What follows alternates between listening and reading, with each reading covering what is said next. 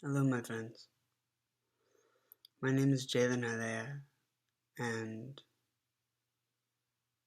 today I was exploring an abandoned Mercury mine. And this mine holds a very unique space in my heart.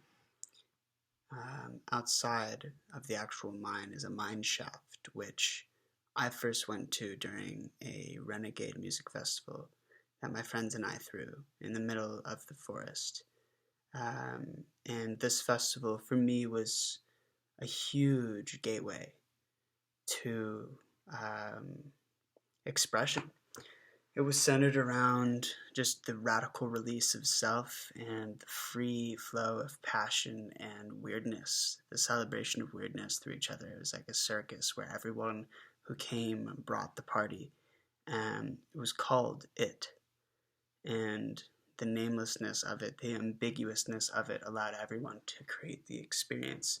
And it when I think of and feel freedom and expression and beauty, joy, youth, like these in their peak and epitome lived at this event, an experience that was all free for everyone to come. All the friends DJ'd and performed, and it was just like weird as hell and beautiful. So that's the mine shaft, and everyone brought paint and tagged up the whole place. It just looked like a paint bomb went off.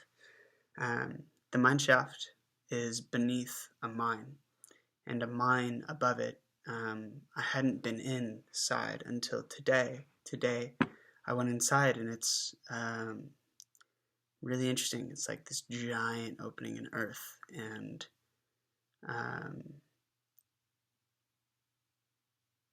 I remember walking inside. My friend asked how many people I thought died in here, and he said it had to have been over 100. He spoke of canaries and how they used to use a canary because a canary would die first if there was any mercury exposure. There's a bunch of bats, and essentially this mine felt pretty spooky. It had a very haunted vibe, and it's pretty sketchy going down and inside. And the first kind of tunnels that we found were kind of like deep cliffs into pockets of just darkness that we didn't know if we'd be able to come back up from. So we eventually found this one pocket, and as we're exploring, there's this like deep ledge, and we were deciding to go home afterwards, and we saw this book on the other side of this ledge, and my buddy said, "Ooh, that looks really interesting," and I agreed. And so I went down, and it was kind of a sketchy climb down to go and get this book, but I picked it up, and there's still some light from the outside world behind me. It's essentially like this giant opening going down that then spans out almost like a spider legs on all sides in a bunch of different tunnels. So I still have the main light of the tunnel, and I'm looking, as I go and retrieve this book, I'm looking out into just this giant abyss of blackness. And there's all of these rocks that just go really steep down before me, and I pick up this book, and I begin reading a page. And it's talking about magic with a K, and these board games and the creating of worlds. And then I realize that this page is part of a book. I pick up the rest of the book, and it's a diary of a wimpy kid, but whoever's book it was had crossed out the word wimpy and wrote dead. Diary of a dead kid. And as I began looking through this book, I began to become aware of just how disturbed the space was. And many times written inside, there was words like, everyone will die, diary of a killer, And on the last page it says, "And I'm still here," as if the blackness itself was looking out at me, and I could see the person lurking beneath the shadows. And immediately I rose to greet the presence, the spirit who was there, and I spoke to them.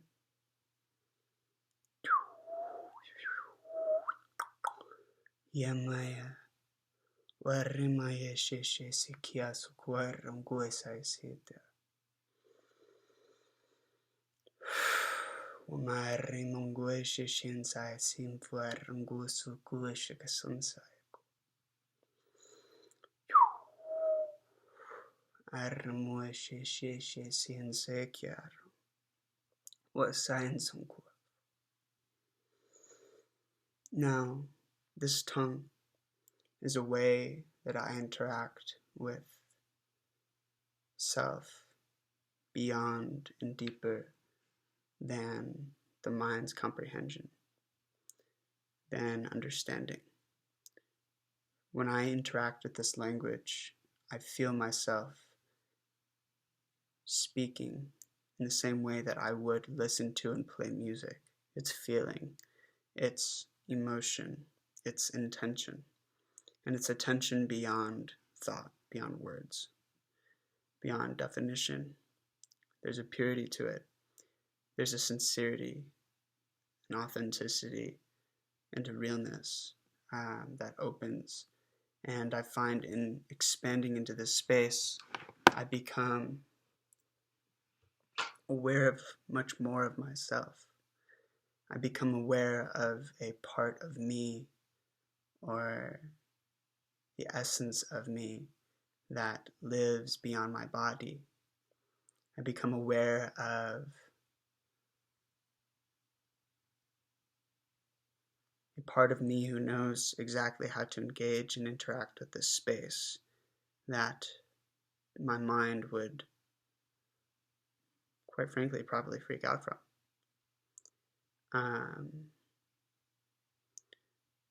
Though when I interact with this space, this tongue, this intonation, I feel myself able to look at the spirit in the eyes and say, "I'm here," and say there is someone and something who loves you, and recognize and witness the anguish, the torture, the torment that this being has been through.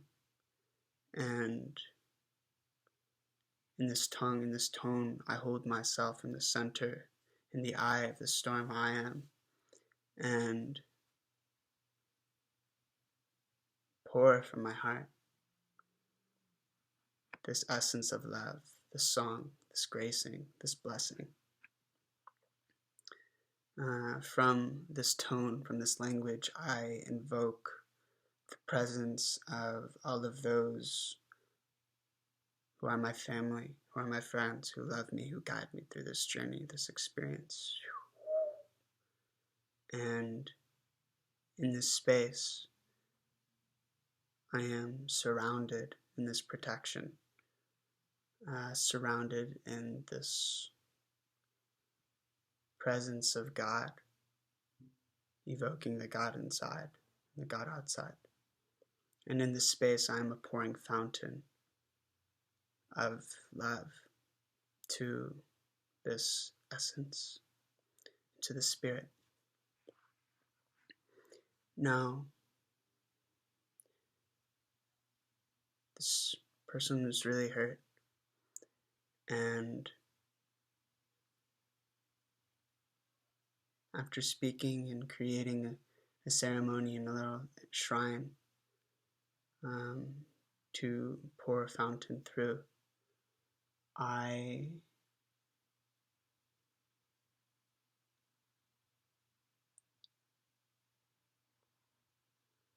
heard the call to bring this creature home with me, the spirit, this presence, and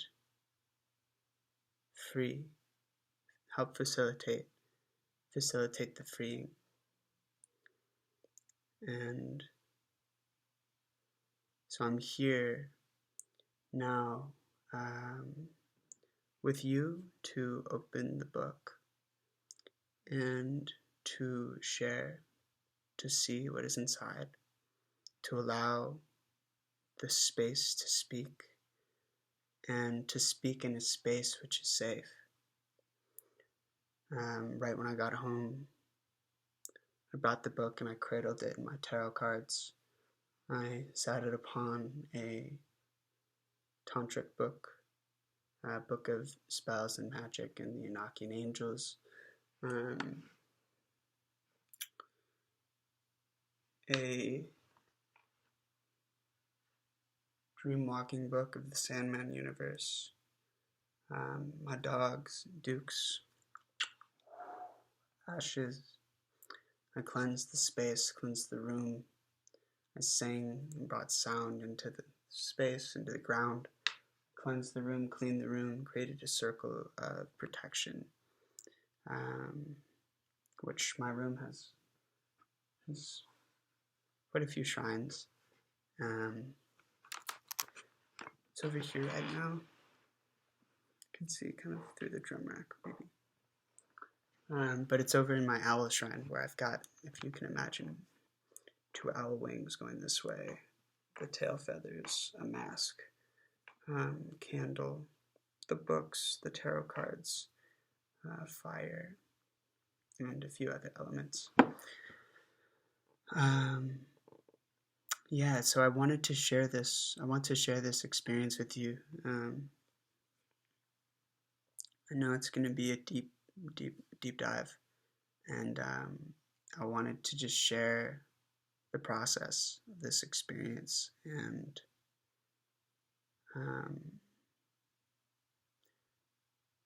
bring you along the journey of this freedom, this freeing. I find that this space that I went to today holds the extreme of the full spectrum of human being, of the beauty and the truth and the magic of what it means to be alive, and then the flip side, where that magic is turned and it feels terrible.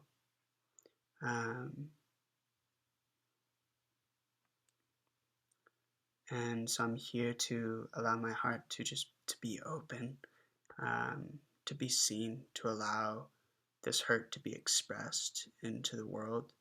And I feel by seeing it, allowing it, accepting it, embracing it, and just having the heart open with love, new water is able to flow through and transmute this space, clear these stagnant energies, and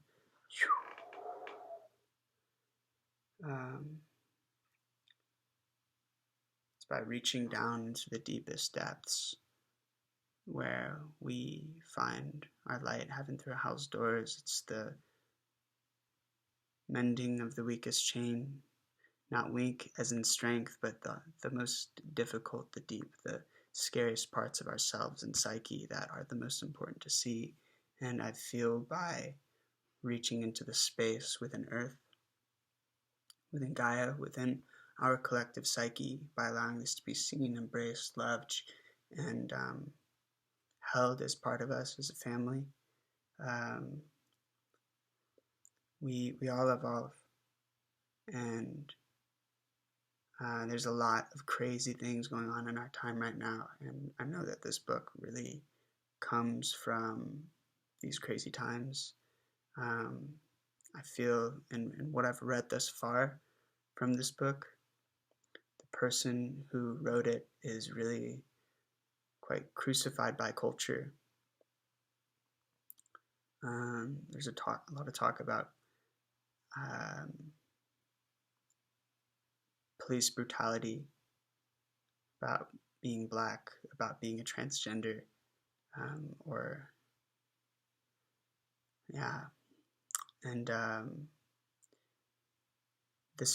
this person who's the author is here now in this room with me. I can feel them, and I have chills on my body, and I'm holding myself in my own center where I can hold another, and I'm not afraid of the spirit. I am here as a lover to it, to this space, and I am facilitating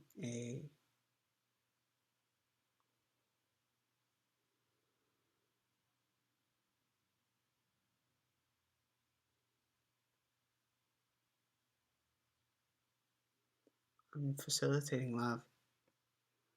That's all I'm doing right now. I'm just facilitating love, being love and feeling love. And I feel at the end of the day like that's what the magic is. That's what the beauty of this life is this presence of being love. So I want to share this process with you, and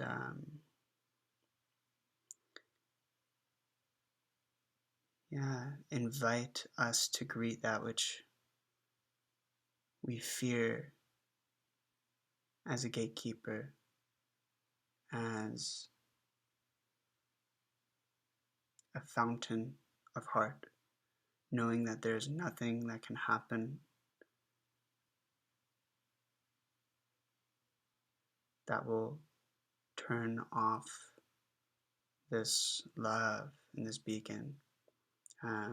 I'm choosing here to emanate it and to create a space in my own room which can cradle and cradles another to feel it, to free ourselves. And I'm protected. I've called in protection, and I feel it around me as well. So without further ado, I'd like to share this book, this space, this heart with you.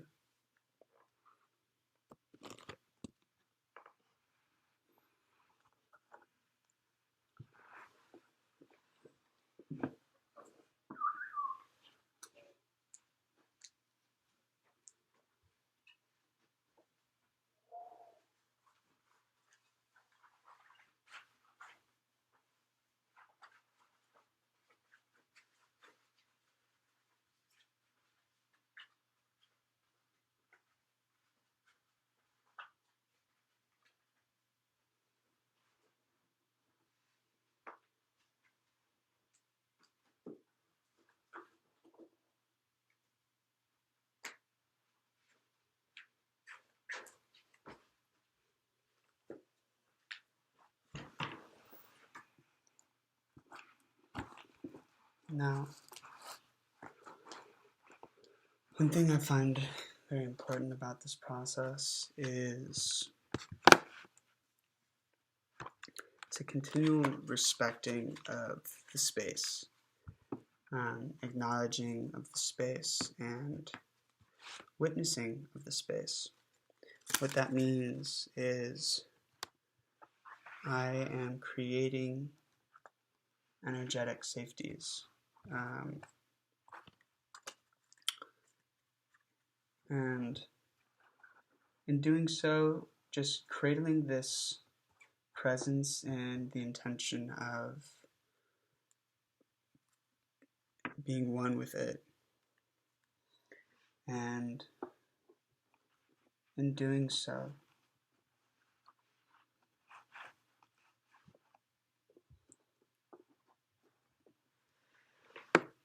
I'm both protecting them and myself.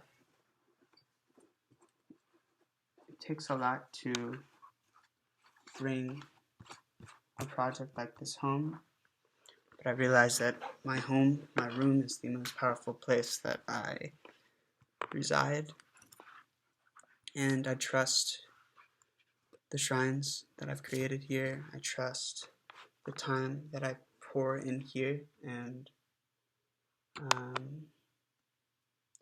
trust here to be a space of evolution. And so, here we go.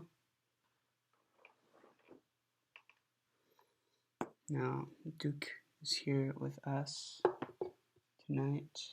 The finest of wines, medallions of Venezuela Rose here facilitating. We have our friend. So I'm going to open this with you. This is the book, New York Times bestseller, Killer, is written underneath. The first page is Find All the Notes.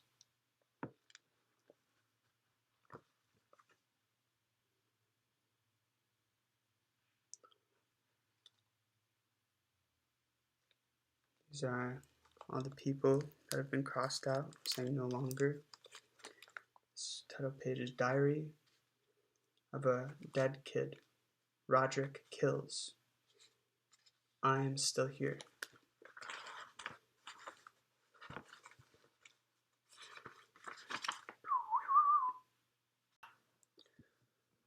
When I read the note that said I am still here,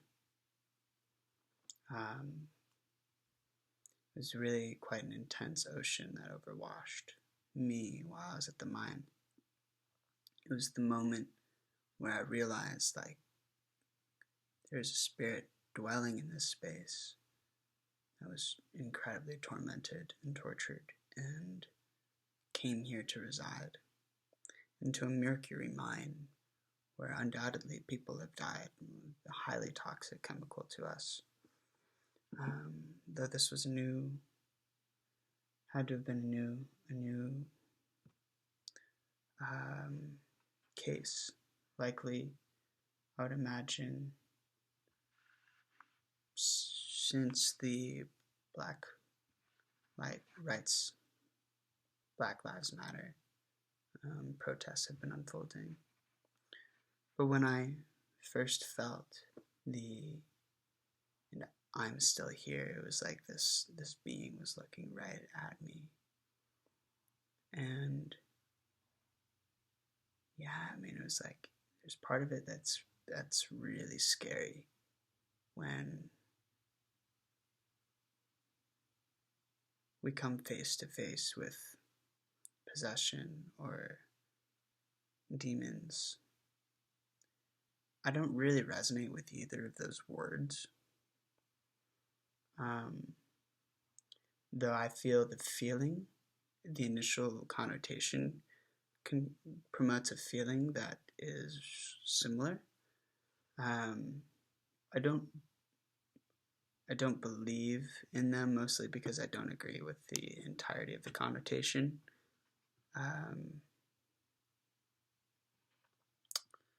That being said, I was looking right into the eyes of it, and this is a space where when fear takes over, if we were to run, it would chase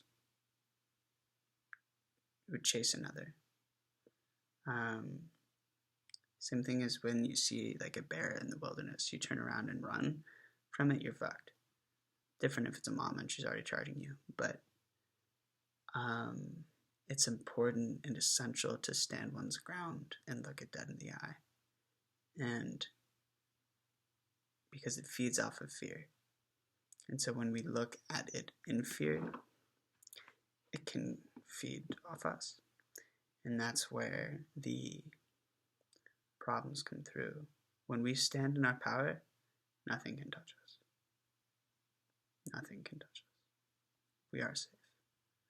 We are one with our divinity. We are in the throne.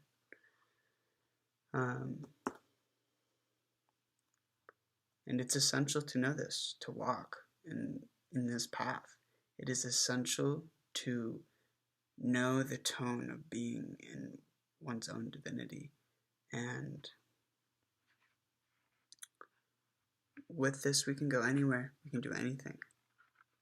With this, we embrace our own infinity to create, to do, to be, to breathe. So, yeah, first, that's essential.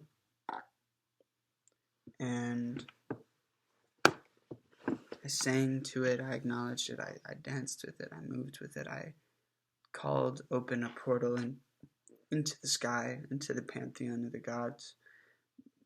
Olympus, you could say, is a metaphor to it. I have a unique experience with the pantheon. I feel it as a council of higher and ever higher selves. And when I open this doorway, which is the sensation of feeling this space above, or imagining the space above open, spiral, and a council of elders, like the ancestry, all encircling and casting down beautiful vibes, like music, like raining water. And I sing this water down and I allow it to pour into the mind. And it's important to know that my intention isn't to get it to leave or to make it do anything. I'm not saying you have to go here, you have to do something. I'm pouring water into a space. I'm letting it breathe and giving it oxygen. And healing unfolds naturally through this. I'm not trying to get it to do anything. I'm giving. There is no expectation for what happens. I'm giving.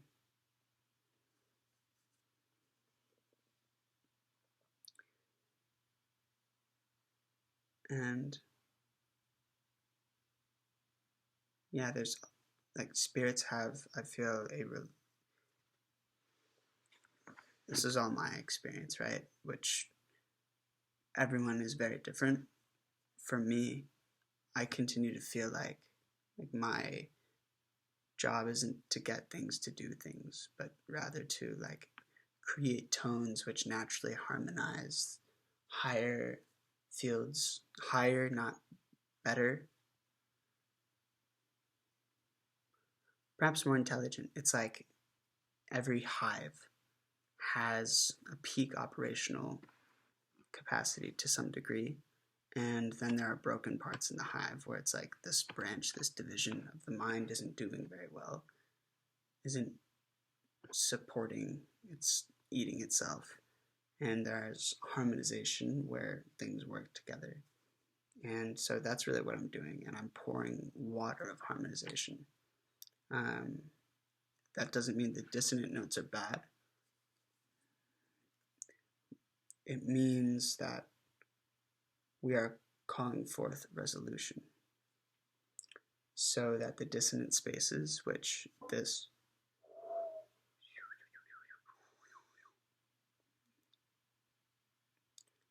dissonant spaces may be interwoven into the tapestry in a way that feels true and cohesive and all-inclusive of what we are. Especially when I start tapping into work like this, all of these different noises begin happening in the room. Clicks, pops, cracks, thuds, and I used to think of things that it could be scientifically to some degree that would make it okay, so that's not, there's nothing weird out of the ordinary. And when I would experience flashes in imagination of like scary things, I was convinced myself it was just imagination. But as I'm speaking, I'm just seeing like flashes of like the girl from The Ring next to me, and this presence upon my shoulder. And it's important to, I feel like, acknowledge it right now in a way which is also acknowledging the presence of me all around in the room, encompassing and crafting a current through this space that is free, that is impassioned, that is invigorated and animated with life. And so I see this scary face or person, feel the animation moving through them. I feel the spirit of her, of him, touching the greater essence of me, this council, this pantheon, this tribe of elders who are together coming alive and dance as lovers in a romance with this essence, this presence, and feel it free the entanglings in psyche, feel it free ourselves.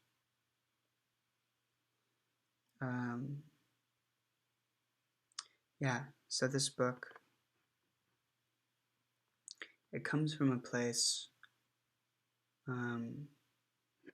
sounds like somebody who's transgender and black and feeling the brunt of police brutality, feeling the pain of not being accepted by anyone, feeling completely shut out. And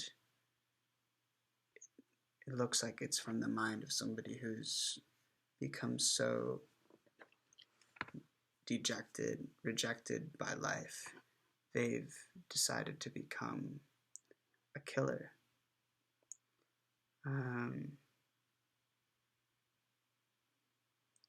And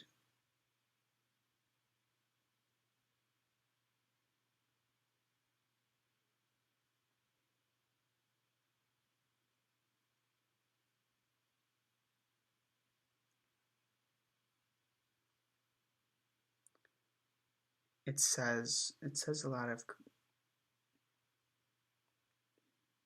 potent words, but I feel the primary presence is that of immense rejection and a bullying of the world, so that the person bullied gets back at the world. And I feel this is something that's so embedded in our culture. Like, how is it that in the American culture we hear about shootings all the time when we don't even bat an eye anymore? It's so commonplace. Like, we are living in a system, in a society in which this is a normal thing. Of course, it's heartbreaking, but I feel it's times like this where we have to look at the system that's producing this as a phenomenon, as a trend, and look beyond the individual people and look into the system. And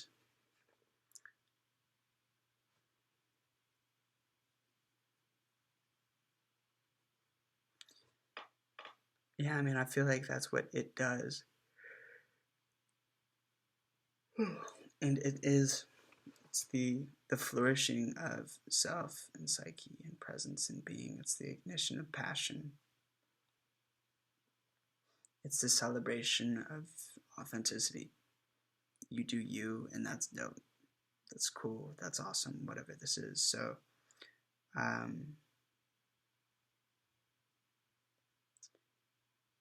I acknowledge you,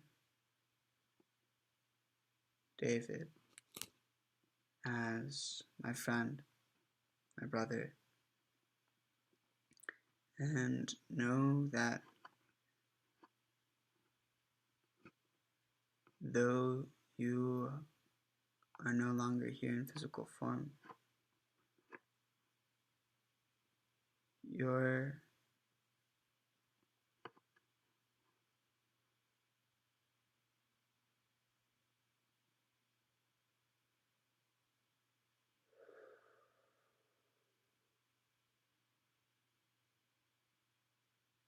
free.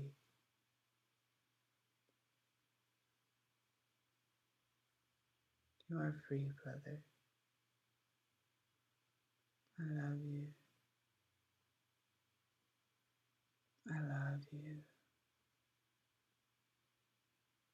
I love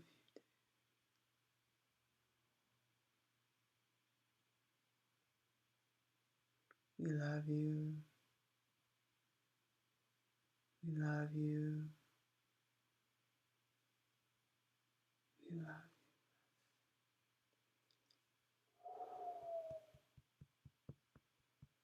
Yeah. Oh.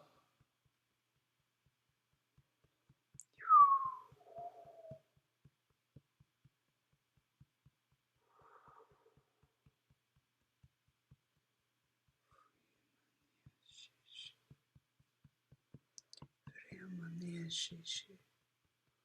Unsoi kiki shishi.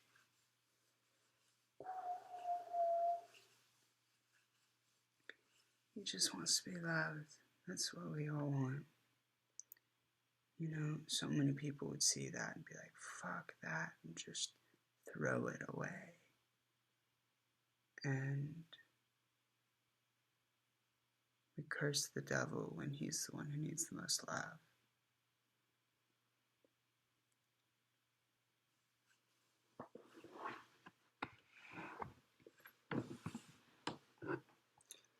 We've created these constructs of fear, what it means to allow David inside.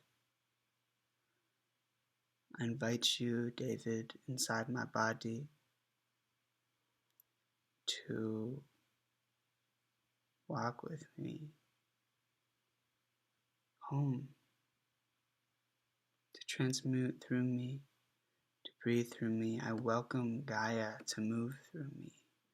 Earth, Mother, I love her. I welcome you to sing yourself into liberation, truth, to cleanse your body through mine. Let this body be a vessel, an instrument of circulation, of creativity, of passion, of expression.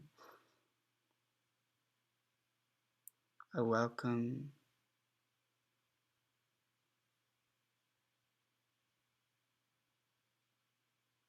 all inside this kingdom. The hurt, the healing, the freeing, the feeling, the powerful and the weak. I welcome all of you inside of me. I welcome all of you inside of me. I welcome Jay. I welcome all of you inside of me. Jay. I welcome all of you inside of me.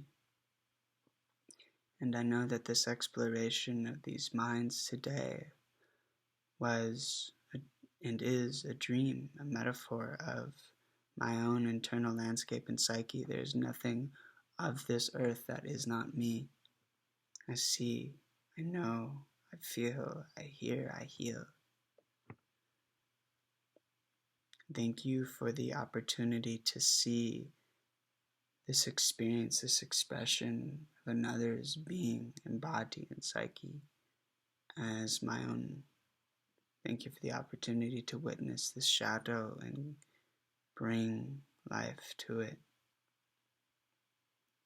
Thank you for this opportunity to learn, to hear you, to see you, to feel myself as and through you.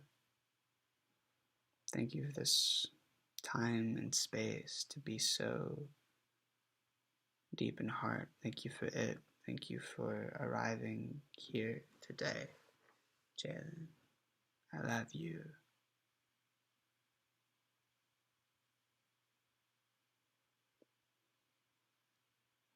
I feel the presence of this book easing.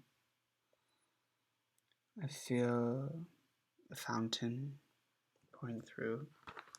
This is this little setup. I don't know how much you can see this right now, but at my dog's ashes, the Burning Man in temple from 3 years in a row in this jar with a pinecone type beautiful unfolding of a giant. That's right on top of Diary of a Wimpy Kid. I have this giant crystal, this beautiful painting by Ela Rose, magnificent artist, right on top where the boy's brother is pushing him down and transmuting that motion, and then casting this rock over it, which was a dear friend ever gave to me. This crystal, black, and this is the Shadow Walker. And it's on top of a bed of wisdom.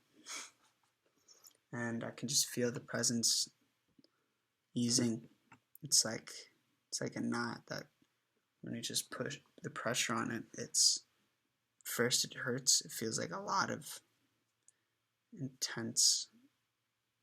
intensity, a lot of waves of chills and flashes of fear that are things that are like almost objectively scary, like seeing the girl of The Ring or like The Grudge like on my shoulder, just like essentially trying to creep me out, trying to scare me. And then with the calm and the grace, the composure that I bring to the scene, the witnessing of the overarching psyche, the composing of this field, this current, this council that lives around me, and the reign of this council, the song, the singing, the breath. You can just feel this presence lifting. Space is becoming lighter, and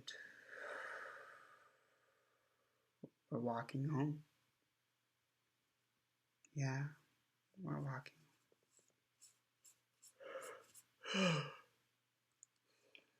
Yeah, we're walking home. Okay, guys. Thank you for being here with, and